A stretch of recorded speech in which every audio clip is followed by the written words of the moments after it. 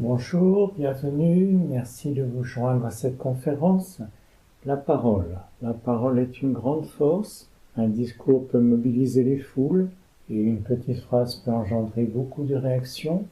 Il est important d'utiliser la parole de façon juste et à bon escient, car elle est créatrice. Elle ressemble à une formule magique. Dans les contes abracadabra, l'effet est puissant. Dans les mythes fondateurs également, la parole est souvent à l'origine de la création, que ce soit dans la Genèse que la lumière soit, ou que ce soit la syllabe source Om des orientaux, Om qui peut être prononcé en 3 sons, A Om, ou en 2 sons, Om, en 3 syllabes. Aum, elle densifie, elle manifeste, elle fait descendre l'énergie. En 2 syllabes, elle élève, elle subtilise, elle libère des attachements de la matière. Il est recommandé, quand on est en évolution, d'utiliser uniquement Om en 2 sons, Om, de façon à s'élever et non pas se plomber. C'est pas le but. Et il est recommandé également de l'utiliser intérieurement et pas à haute voix, car on ne sait pas exactement l'intonation, la façon de la prononcer. Donc c'est une syllabe importante, puissante, pour élever nos vibrations en la prononçant en 2 sons. La parole met en œuvre la pensée qui conçoit tout ce qui existe. Un bâtiment, un stylo, une entreprise, etc. part d'une pensée à l'origine. La pensée est la grande force créatrice. On en fait l'expérience depuis le début du zodiaque, depuis le premier signe du bélier. C'est la force qui engendre, qui amorce le processus de création. Et jusqu'au Sagittaire qui correspond bien à cette conférence, on fait évoluer notre relation à la pensée et notre maîtrise à ce niveau-là. Le Sagittaire, symboliquement, est le moment où on est capable de canaliser, de maîtriser la parole et la pensée. La parole lance, projette une intention créatrice. Elle émet, elle met à l'extérieur, elle affirme, elle fait descendre l'énergie de la matière mentale jusqu'à la matière physique. La matière a 3 plans d'existence, la matière physique que l'on connaît habituellement, la matière du désir, émotion, les formes désir, comme on dit, une forme plus subtile de matière, et puis les formes pensées, la pensée, qui sont également des éléments de matière encore plus subtils. Et la parole, eh bien, elle émet une pensée à l'extérieur. Elle émet des vibrations dans l'air, des sons qui font vibrer l'air, qui mobilisent le physique. Et donc elle fait descendre vraiment la pensée créatrice jusque dans la manifestation. Les sons émis sont audibles par l'autre et l'ouïe est un sens directement relié à la parole, bien sûr, la parole de l'autre que l'on entend, mais aussi la sienne, la nôtre. On sait que les personnes qui sont sourdes sont souvent muettes également. Il est difficile de parler quand on est sourd, ça va ensemble. Notre parole se relie au sens de l'audition également. Et la surdité est un enfermement au moins aussi important que l'état de cécité, justement parce qu'on ne peut en général ni entendre ni parler, donc la communication avec les autres est très réduite, très limitée. L'ouïe est le sens qui nous permet de percevoir la présence de quelqu'un, d'une chose, reconnaître la voix d'un ami, le bruit d'une voiture. En présence de qui, de quoi suis-je? C'est la question à laquelle répond le sens de l'ouïe. Et si on est attiré, une fois que l'on a perçu un son, un bruit, une présence, eh bien on s'approche jusqu'à toucher. Oui amène à toucher après, si on est motivé, si on en a le goût. L'ouïe permet de sentir plus subtilement la présence de l'être profond en nous ou à l'extérieur de nous, et d'écouter les vibrations qu'il émet. C'est l'objet bien sûr de la méditation que l'on pourra pratiquer à la fin de la conférence. L'ouïe a aussi cette faculté de s'élever dans le subtil pour percevoir les vibrations de l'être profond en nous. Et jusqu'à le toucher, jusqu'à arriver à le contacter et à se laisser impressionner par ces vibrations.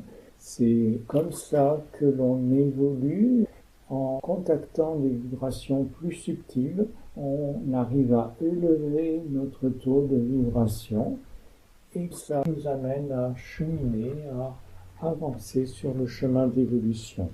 Alors bien sûr, les vibrations redescendent en général après, mais on y retourne et petit à petit, avec la progression, on avance et on élève ainsi notre niveau vibratoire et notre degré d'évolution. C'est ce cheminement qui va de l'ouïe vers le toucher qui amène beaucoup à évoluer en percevant notre être intérieur, notre être profond. Cette conférence est donc bien en relation avec le Sagittaire, qui est l'aboutissement de l'élément feu. Il est le troisième signe après le Bélier et le Lion dans le zodiaque qui est relié à l'élément feu. Et il est aussi la fin de l'année, puisqu'il représente le mois de décembre. C'est un temps de bilan, c'est un temps de maturité. Il représente symboliquement la maîtrise potentielle de la pensée, commencée en Bélier. Le Bélier correspond bien à la tête, nous amène bien à travailler sur la pensée et sur la responsabilité que l'on a dans nos pensées, mais c'est juste un début et on a tout un cheminement après pour améliorer cela. Je précise que ça ne veut pas dire que quelqu'un du Sagittaire est plus évolué que quelqu'un du Bélier, bien sûr, parce que c'est une spirale et on passe plusieurs fois dans chacun des signes et les expériences correspondant à chaque signe. Donc on peut être sur un niveau de spirale plus élevé quand on est en Bélier ou plus bas quand on est en Sagittaire. Ça ne présume pas du tout d'un niveau d'évolution quand on est dans un signe ou dans un autre. Mais donc en Sagittaire, on a la possibilité de maîtriser la pensée et puis la parole à sa suite également. C'est plus facile, nous allons en parler particulièrement. C'est une maîtrise qui nous permet de nous donner. Plus on est fort, plus on peut apporter à l'extérieur. C'est une force disponible. Le Sagittaire est un signe fort, c'est un des signes les plus forts potentiellement du zodiaque. Il a la concentration qui lui donne une grande force énergétique. Le Sagittaire est symbolisé par le centaure qui tend son arc et qui peut lancer sa flèche à une grande distance. Il est concentré dans sa flèche. Le centaure est un être humain à l'avant avec un arrière de cheval, la partie animale en lui. Plus tard, le Sagittaire peut correspondre plus à l'archer qui est sur le cheval, qui s'est séparé de sa partie animale et qui la maîtrise, qui la monte et qui l'utilise pour réaliser ce qu'il souhaite. Mais en tout cas, le Sagittaire donc a cette force de concentration qui lui permet de canaliser son énergie, de la maîtriser et de la rendre créatrice. C'est un signe où on peut se donner un but, on a une aspiration, un but bien défini. Alice Vellet donne une phrase clé pour chacun des signes. Pour le signe du Sagittaire, elle donne la phrase « Je vois le but ». Je l'atteins, j'en vois un autre. On est dans cette progression d'un but à l'autre. On lance notre flèche à l'avant, on va la chercher, on cherche à la récupérer Et une fois qu'on a atteint le but, eh bien, on en vise un autre. On lance notre flèche plus loin. C'est un signe fort et donc il va être particulièrement important d'être dans l'innocuité, de ne pas nuire. En premier, ne pas nuire, dit le serment d'Hippocrate. Cela concerne les médecins en premier lieu, mais pas uniquement. Tout le personnel médical est concerné et plus largement tous les thérapeutes, on peut le dire. Et puis ça concerne encore plus largement les enseignants, les parents. Et finalement, chacun de nous est vraiment concerné par cet objectif d'innocuité. En premier, ne pas nuire. Avant même de vouloir aimer inconditionnellement, déjà ne pas nuire, déjà ne pas être nuisible pour nous-mêmes et pour les autres. Alors ne pas nuire par nos actes, bien sûr, ça souvent on le réalise assez bien. Encore que, si on regarde un petit peu, quand on achète un produit qui a été fabriqué par des enfants, par des personnes contraintes de travailler, est-ce qu'on est tout à fait dans l'innocuité? Mais bon, au niveau des actes, en général, on ne blesse pas délibérément, on ne vole pas délibérément. Ça, c'est relativement acquis souvent. Mais au-delà, l'innocuité par nos paroles, par nos pensées encore plus subtiles, c'est un chemin bien délicat et une source d'initiation qui nous mène très loin. Donc parler juste est un élément essentiel d'innocuité qui nous guide vers la pensée juste après. Alors, qu'est-ce que c'est que parler juste? Regardons ça de près. La parole peut être très nuisible, on le sait, les rumeurs peuvent faire beaucoup de mal et aujourd'hui avec les réseaux sociaux c'est multiplié largement. La critique peut être nuisible, elle émet une énergie négative, elle suggère que nous sommes mieux, c'est bien confortable. La critique est facile, l'art est difficile, dit-on. C'est facile, mais qui sommes-nous pour juger? Même positivement, en fait. Qui sommes-nous? Est-ce que nous avons vraiment toutes les compétences et est-ce que c'est notre place de juger? On pourrait peut-être participer nous-mêmes en une responsabilité, ça serait plus constructif, plus positif. Et en fait, si on regarde, nous sommes ce que nous voyons. Une des conférences de la chaîne que j'anime, Amour Unité, qui parlait du miroir. Ce que nous voyons à l'extérieur est plus ou moins en nous-mêmes, sur un plan ou sur un autre. Si on voit quelqu'un avare, on n'est pas forcément avare au niveau de l'argent, comme la personne que l'on voit, mais est-ce qu'on n'est pas radin au niveau de nos sentiments, au niveau de nos paroles, pensées, sur un autre plan? Si on le voit à l'extérieur, c'est que c'est en nous-mêmes quelque part. Et de même, lorsqu'on voit une qualité à l'extérieur chez quelqu'un d'autre, on a sûrement au moins une graine sur un plan ou sur un autre de cette qualité en nous-mêmes. C'est important de savoir le reconnaître, le voir. Donc, ce que l'on critique, c'est souvent ce que l'on projette sur quelqu'un d'autre à l'extérieur. C'est une façon de ne pas voir en nous ce qui nous apparaît à l'extérieur. Bon, la parole peut être nuisible aussi dans un mensonge. Bien sûr, les fausses informations que l'on diffuse, le mensonge fausse les relations et enferme. Un mensonge en amène un autre pour que ce soit cohérent et pour nous justifier. Donc on s'enferme dans un cocon de mensonges comme ça. Le vrai est le premier des trois tamis de Socrate. Socrate, avant de parler, disait de faire passer notre parole à travers trois tamis. Un ami est venu le voir en voulant lui parler de quelque chose, et Socrate l'interrompt et lui dit « Avant de parler, as-tu vérifié que ta parole passait les trois tamis ?» Est-ce que déjà ce que tu souhaites me dire est vrai? Ou est-ce simplement quelque chose dont tu as entendu parler et que tu n'es pas absolument sûr que ce soit vrai? Et puis après, est-ce que ce dont tu veux me parler est nécessaire? Est-ce utile? Et puis encore le troisième ami, est-ce que ce que tu veux me dire est bon?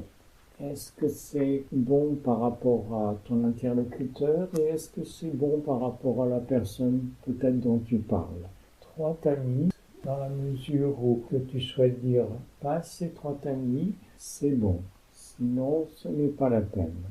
C'est une sagesse intéressante et déjà regarder ce que signifient ces trois tamis dans la vie quotidienne est intéressante. On peut réfléchir au-delà des apparences ce qu'est la vérité, par exemple. La vérité est relative. On a cru pendant des siècles que la Terre était au centre de l'univers. Et on a découvert avec Galilée, Copernic, que la Terre tournait autour du Soleil. Et puis après, on s'est rendu compte que le Soleil tournait dans la galaxie.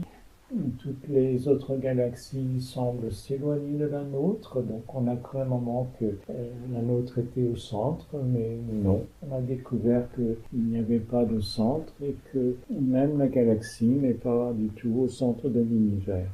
Donc la vérité a complètement changé avec le temps à ce niveau-là. La vérité est quelque chose de relatif, elle est la recherche de la philosophie, elle est la recherche de la science, de la spiritualité également. C'est une quête progressive. Au niveau de la science, la gravité qu'a définie Newton a été la vérité pendant des siècles. C'est une des lois scientifiques à durer le plus longtemps, jusqu'à ce que l'on découvre qu'il y avait une petite différence entre la loi de Newton et la réalité. Et c'est arrivé avec Einstein à la relativité générale, à voir la gravité de façon totalement différente. Pour Newton, c'était des masses qui s'attiraient par des forces de sens opposés. Et avec Einstein, on est arrivé à voir cela comme une déformation de l'espace-temps, une masse déforme l'espace qui attire les objets qui sont dans son environnement. C'était une vision nouvelle qui est apparue. La vérité qui a persisté pendant des siècles s'est révélée un jour partielle. Elle n'est pas fausse, mais elle s'inclut dans une vérité plus grande. On l'élargit à une vérité plus grande. Plus au niveau psychologique, ce que l'on appelle l'amour change aussi beaucoup suivant notre évolution. L'amour, pendant tout un temps, c'est le désir, la passion. Après, ça devient l'affectif, l'amour pour ses enfants, pour ses parents, ses proches. Le cercle s'élargit progressivement et jusqu'à arriver à l'amour spirituel où on est en unité avec les autres. La vérité par rapport à l'amour change beaucoup avec le temps et avec notre chemin d'évolution. La vérité est temporaire selon notre évolution de conscience et ce qui est important, c'est la vérité utile pour nous actuellement. Et ça, il est bon de l'affirmer, de l'exprimer avec force. C'est notre vérité, c'est l'énergie que l'on porte et que l'on peut amener autour de nous. Et c'est cela le tamis que l'on peut voir avec Socrate, c'est est-ce que ce que l'on dit correspond à notre vérité actuelle, notre réalité, notre niveau de conscience actuel? S'y référer. Alors, le deuxième tamis, ce qui est utile, en élargissant un peu le critère nécessaire dont parlait Socrate, ce qui est utile à l'autre, est-ce que c'est utile à mon interlocuteur ou est-ce que c'est utile à moi? C'est souvent intéressant de regarder. Souvent on parle parce que ça nous est utile. Est-ce que c'est utile à l'interlocuteur? Qui cela sert-il? des informations qui soient à la fois vraies et utiles. J'en rêve, ça serait des communications totalement différentes. On aurait des journaux d'information totalement différents. Est-ce que c'est utile de mettre en première page des journaux les terroristes, leur vie, leur motivation, leur enfance? On en fait quasiment des héros, des martyrs. Est-ce que c'est utile ou est-ce que ça alimente ces drames? Quelqu'un qui a envie d'être reconnu, valorisé, quitte à rendre un rôle de martyr pour avoir un paradis futur, c'est très tentant d'avoir cette gloire éphémère, cette grande gloire momentanée parce qu'il a ou il aura fait un acte spectaculaire et dramatique. Donc, est-ce que c'est utile que j'ai à dire? Est-ce que c'est utile à l'autre? Est-ce que c'est utile à la collectivité, au bien commun? C'est un tamis important. Et puis, troisième tamis, est-ce bienveillant? Est-ce bon? Bon envers notre interlocuteur? Est-ce bon envers les personnes dont on parle, le cas échéant? Quelle est notre intention? L'énergie émise est-elle positive ou négative? Et quelque chose peut être utile mais pas bienveillant. On peut proposer un travail, par exemple, appâter, manipuler, proposer un travail pour exploiter après. Voilà, il y a un côté utile mais c'est pas bienveillant. Nos débats actuellement sont peu bienveillants, bien souvent. On aurait un débat totalement différent si on accueillait ce que la personne en face dit et qu'on apportait un complément, on était dans une direction commune pour faire avancer le bien commun. Essayez d'imaginer un monde où on appliquerait ces trois tamis. Qu'est-ce qu'il y aurait aux informations? Quelle conversation aurait-on? Sans parler des réseaux sociaux. Dans un premier temps, on s'y ennuierait peut-être, mais ça serait un vrai assainissement, on serait dans un monde beaucoup plus sain, beaucoup plus juste. Il y a beaucoup de pollution dans nos pensées, dans nos paroles, et la pollution physique en est une conséquence. C'est en travaillant sur la source de pollution, de pensée, de parole, que l'on peut faire évoluer vraiment la pollution que l'on voit autour de nous. Voilà, donc trois tamis qui nous permettent d'aller vers une parole plus juste. Et en dehors de ça, on se rend compte que plus d'une fois, en intégrant ces critères, nous pouvons nous taire. Il n'est pas utile, positif de parler, même si on en a l'intention et l'envie. Donc nous taire à l'extérieur, extérieurement bien sûr, mais aussi nous taire à l'intérieur, taire nos bonnes idées, nos bonnes intentions, nos commentaires, nos informations qui ne font pas forcément avancer positivement la relation. Nous taire pour mieux sentir, pour voir, écouter, goûter, pour sentir un paysage. Il est important de ne pas trop parler, de ne pas trop être dans l'esprit, dans le mental, pour regarder une peinture, écouter une musique. Il est bon de savoir se taire. Une méthode d'équilibre, de maîtrise a été donnée par le docteur Vitose. Il a enseigné la méthode Vitose, qu'il a appelée rééducation du contrôle cérébral. Et un des premiers principes de cette méthode, c'est sentir au lieu de penser. Il enseignait que l'esprit a comme une respiration, il émet et il reçoit alternativement comme la respiration. Avant d'émettre, de penser, eh bien, il faut déjà recevoir, il faut déjà être sensible pour recevoir les informations, pour recevoir les éléments dont on pourra penser et parler après, et mettre après des pensées à partir de là.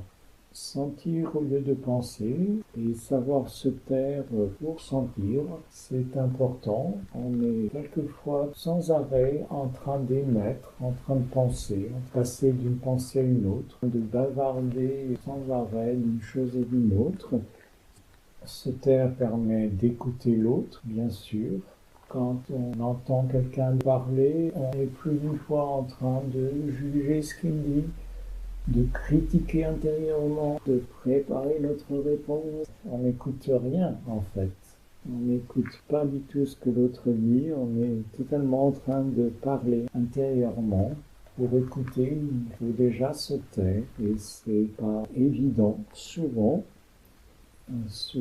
pendant que quelqu'un parle, on embraye sur nous-mêmes. Moi, c'est pareil, j'ai vécu la même chose. Ou alors au contraire, moi c'est différent, moi ça non, je fais pas. Et on reprend la parole, on parle de nous, on n'écoute plus. Faire silence permet d'écouter des mots, bien sûr, dans un premier temps, permet d'écouter au-delà l'émotionnel et encore au-delà et d'écouter l'être, source de ces expressions. Donc reprenons ces trois plans. Déjà, faire silence permet d'écouter des mots, donc l'aspect factuel, qu'est-ce que la personne dit, exprime, comprendre déjà ce qu'elle dit intellectuellement, c'est déjà un premier plan, mais à travers les mots, on entend aussi beaucoup les émotions, deuxième plan, on perçoit bien une réalité à travers les mots. Si quelqu'un nous dit ça va bien, bon, on entend assez facilement est-ce que c'est vrai ou non. On voit bien la différence, ce qui est exprimé dans l'intonation à travers les mots, on entend une autre réalité. Donc un deuxième niveau d'écoute important et on est en général tout à fait à même d'entendre sur un plan plus émotionnel comme cela.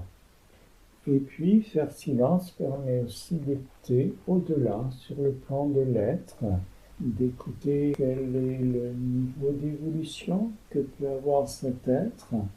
Est-ce qu'il est en conscience de dépendance, en conscience d'indépendance ou d'interdépendance, selon la courbe d'involution-évolution que l'on parcourt à travers notre chemin? On a développé largement cela dans l'avant-dernière conférence, passé de moi à nous. Il est important de bien définir le degré d'évolution que peut avoir la personne en face. On ne communique pas du tout de la même façon avec quelqu'un qui est en conscience de dépendance ou quelqu'un qui est en conscience d'interdépendance. Pour un thérapeute, pour un enseignant, c'est essentiel de connaître le degré d'évolution de la personne en face. S'il répond en cherchant à développer la personnalité pour quelqu'un qui est en évolution, qui développe la conscience d'interdépendance, eh bien il va aller à rebours de ce qui serait bon pour cette personne-là. Il va au contraire la ramener en arrière. Par contre, ça correspond bien à quelqu'un qui est en involution, qui est en train de construire sa personnalité, qui est en conscience de dépendance. Là, il est bon de renforcer la personnalité et de lui permettre de se développer, de s'épanouir. À travers le silence, on peut donc entendre l'être à travers la personne avec qui on est, son degré d'évolution, ce qu'elle vit présentement, l'étape dans laquelle elle est. Se taire permet d'écouter l'autre. Se taire est aussi important par rapport à ce que l'on sait, par rapport à nos vérités, à nos certitudes, nos croyances, pour pouvoir apprendre, pour pouvoir écouter du nouveau, des idées neuves, renouveler nos pensées, nos paroles, vider notre bol pour qu'il puisse être rempli à nouveau. Si notre bol est plein de vérité, plein de croyances et de certitudes, eh bien, rien de nouveau ne peut y rentrer. Ça déborde, ça coule à côté. Nous pouvons aller au-delà Et parler juste peut devenir parler à partir de l'unité. Nous paraissons séparés, nous paraissons avoir des limites définies, les autres paraissent à distance. C'est sur le plan physique dense, c'est sur le plan de nos corps physiques, mais déjà sur le plan énergétique qui nous relie tous, qui anime nos corps physiques, nous sommes en relation avec les autres êtres, les animaux, les végétaux, etc. Tout communique à ce niveau-là, tout est relié. Notre bulle énergétique est poreuse, perméable, et physique est simplement une condensation dans ce réseau d'énergie. Un nœud de ce réseau, déjà nous ne sommes plus du tout séparés au niveau énergétique. Et en essence, au niveau de notre essence, nous sommes tous unis, nous sommes tous comme les doigts d'une main, à la fois individualisés et tous unis, reliés à l'intérieur de la main. Nous formons un tout, nous ne sommes pas du tout séparés à ce niveau-là. Notre être profond est essentiellement conscience collective, c'est sa nature même, donc parler juste, c'est à ce niveau-là, ne pas se séparer en paroles. Et ça, on le fait très souvent quand on parle de nous excessivement, par exemple. C'est souvent notre sujet favori de parler de nous-mêmes. C'est se séparer des autres, c'est se mettre à l'écart et se valoriser séparément des autres. Quand on parle de ce que l'on aime, qui est censé intéresser tout le monde, de ce que l'on croit, de nos opinions, de nos commentaires, pareil, on parle de nous et on se sépare des autres. Ou encore quand on parle de ce que les autres devraient faire selon nous, de ce que l'on ferait à leur place, même chose, on se sépare et on ferait mieux d'écouter ce qu'ils nous disent et d'être avec, partager avec, c'est une source d'aide plus réelle. Krishnamurti allait très loin dans cette direction. Il a dit, lorsque vous vous dites indien, musulman, chrétien, européen ou autre chose, vous êtes violent.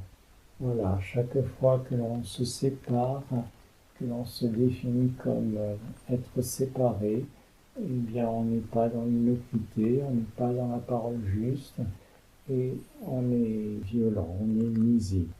On peut bien sûr être français, être une région française, et aimer cette région, ce pays, ça ne pose pas de problème, mais fondamentalement se voir comme citoyen du monde, en unité avec l'humanité entière, avec tous les êtres vivants sur cette terre. C'est la réalité et c'est là où est l'innocuité et la parole juste. Parler au contraire en tant que groupe, parler en tant que collectif, de membres de la famille humaine, d'élargir notre point de vue. Qu'est-ce qu'il est bon essentiellement de dire, qu'est-ce qu'il est bon essentiellement de penser, et parler pour le collectif, pour le bien commun, avoir ce but-là, au-delà de notre intérêt personnel. Il s'inclut dans un avantage collectif. Chacun y trouve sa place et sa part, mais le collectif prime. Quand on est sur un bateau, c'est l'avantage du bateau qui prime. Donc parler en tant que groupe, pour le groupe, en tant que collectif, pour le collectif. Et nous laisser inspirer nos paroles par notre être profond quand il est utile de parler. Quand il n'est pas utile de parler, mais savoir se taire. Nous sommes bavards, notre intellect est bavard. Et il est nécessaire de savoir se taire pour écouter notre être profond, notre âme. Savoir se taire n'est pas un mutisme, il ne s'agit pas de ne rien dire, mais d'être en silence intérieur, de se détacher de nos charges émotionnelles, de notre charge personnelle sur tout ce que l'on dit, sur tout ce que l'on fait, de nos projections. On peut tout à fait parler, même parler de soi. Si on nous demande comment vas-tu, ben, on ne va pas pincer les lèvres et mettre le doigt sur la bouche pour ne rien dire. On va bien sûr répondre, mais on n'a pas besoin de s'étaler et rester dans un silence intérieur, rester dans une neutralité et une écoute, une ouverture sur l'autre. Cela nous permet de nous mettre en écoute intérieure, en écoute de notre être profond, d'écouter la voix du silence, comme on dit. Notre être profond émet des vibrations. Il ne parle pas, il n'émet pas de son, mais il émet des vibrations que l'on peut contacter et recevoir au niveau de notre mental supérieur. Elles nous impressionnent, se téléchargent en nous et nous amèneront des paroles, peut-être des pensées, des attitudes, des consciences nouvelles. Mettre à l'écoute de notre être profond amène ainsi des réponses, des guides, des lumières et également des paroles justes pour amener des richesses nouvelles dans le monde. C'est l'objet même de la méditation que nous pouvons expérimenter maintenant, pratiquer maintenant. La méditation permet de nous mettre à l'écoute, de faire silence intérieur pour nous mettre à l'écoute de notre être profond et recevoir, contacter ces vibrations, les accueillir en nous-mêmes pour pouvoir les diffuser après autour de nous dans le monde. Donc je vous propose un temps de méditation guidée. Je vous propose de bien vous installer.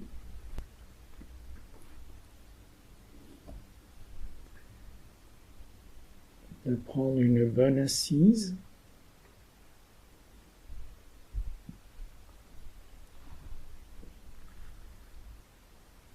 et de laisser progressivement votre corps s'immobiliser. C'est comme s'il faisait silence.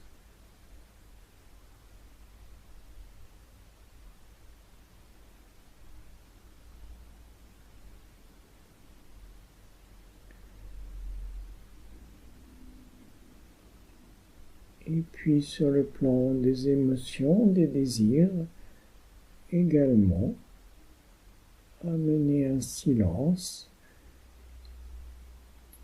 laisser se décanter les émotions, les désirs, les attentes, se calmer.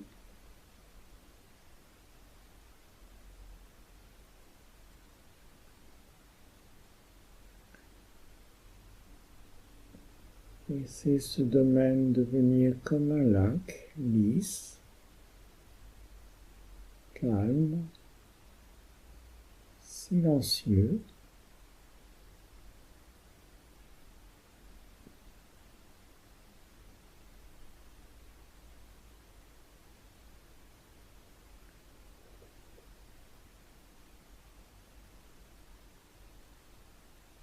Et sur le plan des pensées également, laissez se décanter.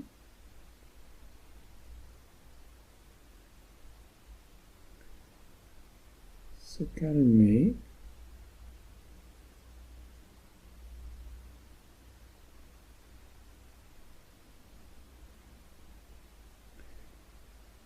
Laissez un silence s'installer à ce niveau-là.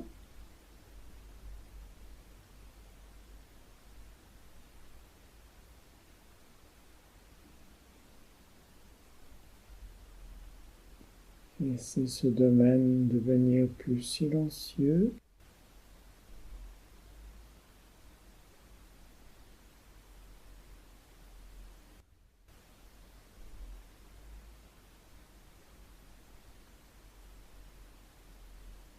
Et cela permet de se concentrer au niveau du front, entre les sourcils, au niveau de notre personnalité, qui réunit ces trois plans.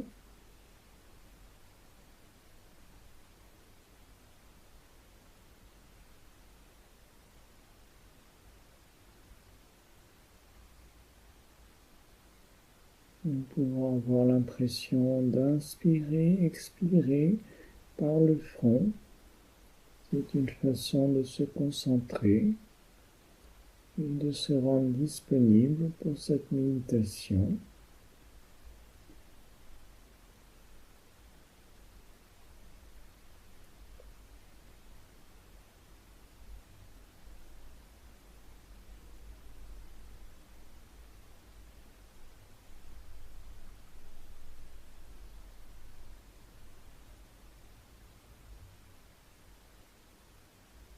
Et à partir de là, nous allons élever notre conscience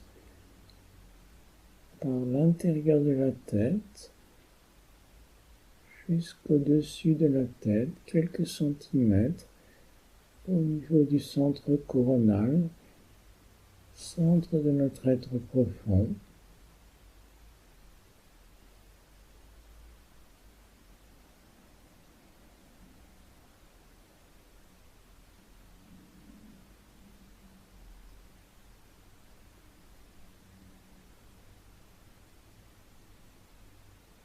Et nous mettre à l'écoute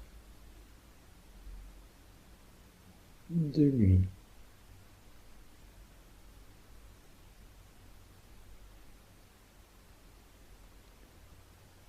De ses vibrations.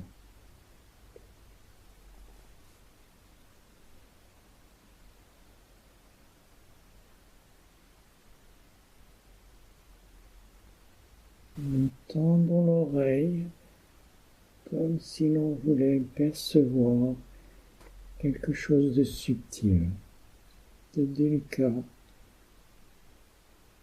à percevoir.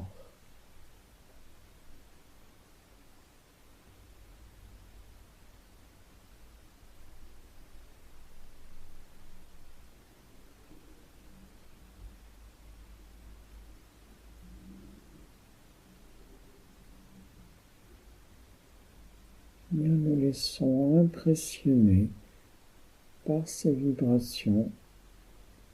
Nous les laissons se télécharger en nous sans rien chercher.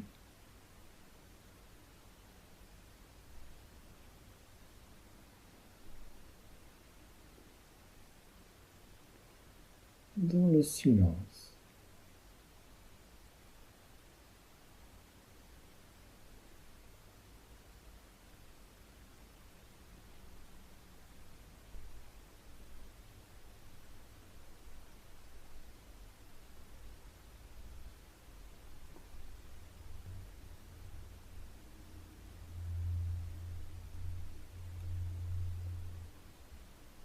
Et dans ce silence, nous pouvons poser la question, qu'est-ce que parler juste ?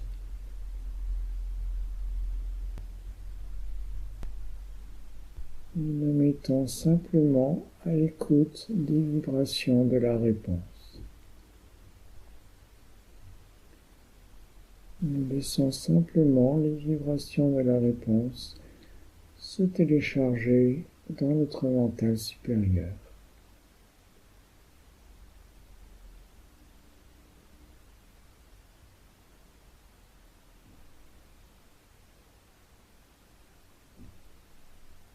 Qu'est-ce que parler juste ?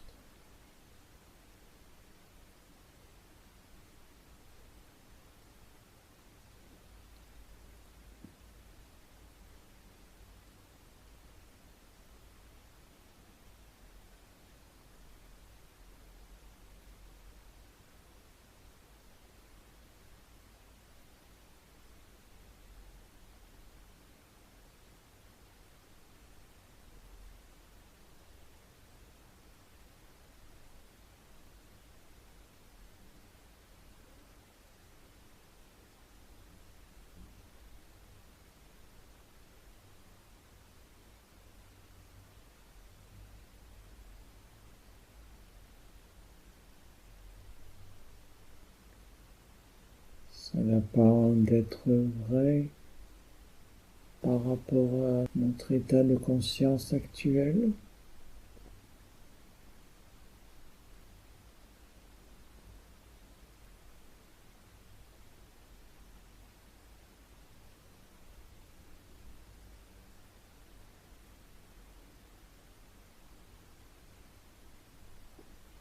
Cela parle d'être utile, de paroles utiles.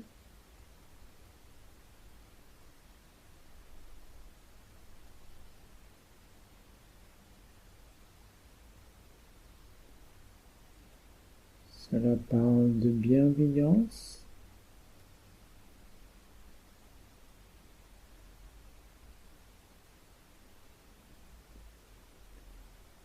Et d'unité.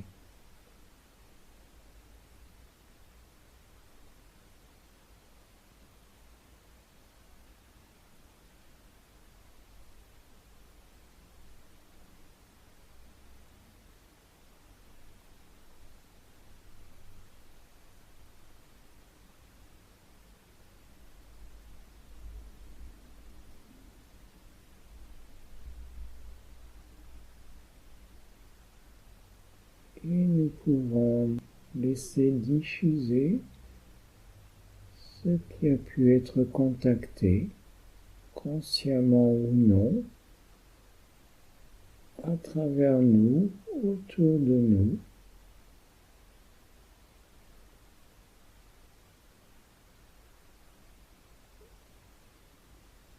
Sur l'expire, surtout, nous pouvons laisser diffuser dans un champ d'énergie autour de nous ce qui a pu être contacté.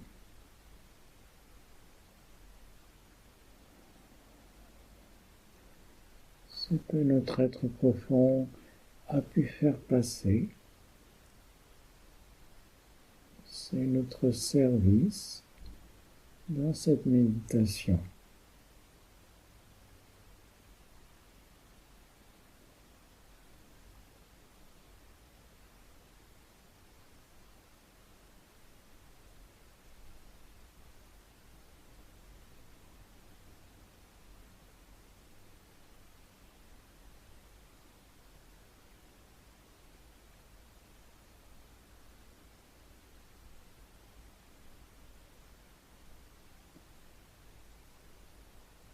Et puis, nous pourrons reprendre contact avec notre corps, revenir au niveau du centre frontal.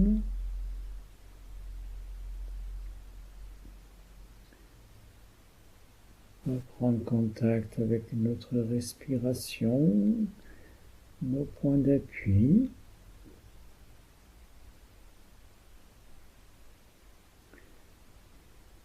Et quand vous serez prêt, prête, vous pourrez ouvrir les yeux.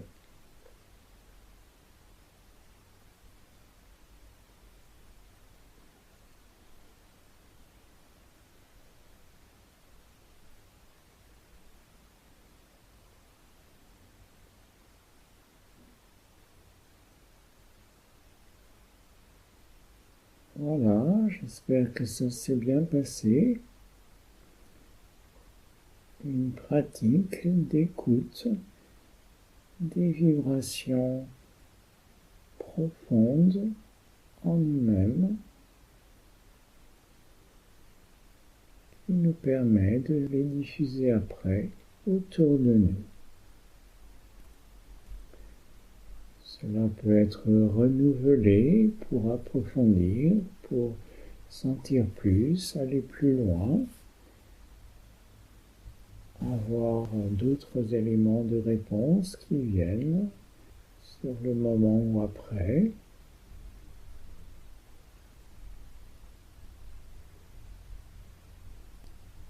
Je vous remercie de votre écoute dans cette conférence et je vous dis à une autre fois, si vous le voulez bien.